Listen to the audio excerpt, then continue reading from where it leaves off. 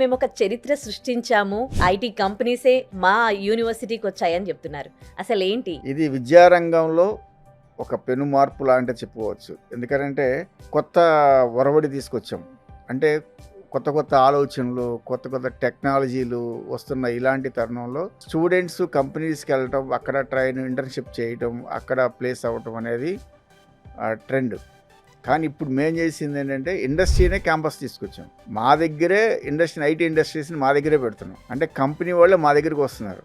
అదంతా ఈజీ కాదు. ఇప్పుడు మన దేశంలో ఎన్ఐటీస్ ఉన్నాయి, ఐఐటీస్ ఉన్నాయి, పెద్ద పెద్ద యూనివర్సిటీస్ ఉన్నాయి, సెంట్రల్ యూనివర్సిటీస్ ఉన్నాయి, డీమ్డ్ ఉన్నాయి, ప్రైవేట్ ఉన్నాయి, గవర్నమెంట్ ఉన్నాయి.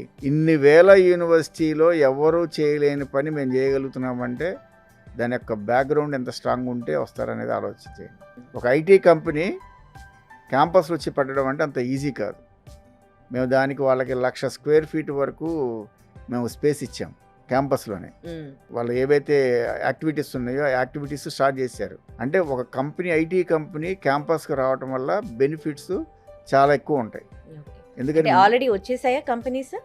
ఆల్రెడీ ఒక కంపెనీ వచ్చేసి స్టార్ట్ చేసిందండి యాక్టివిటీస్. నెక్స్ట్ లైన్లో 2 కంపెనీస్ ఉన్నాయి. ఆ 2 కంపెనీస్ నెక్స్ట్ మంత్లో వస్తున్నాయి.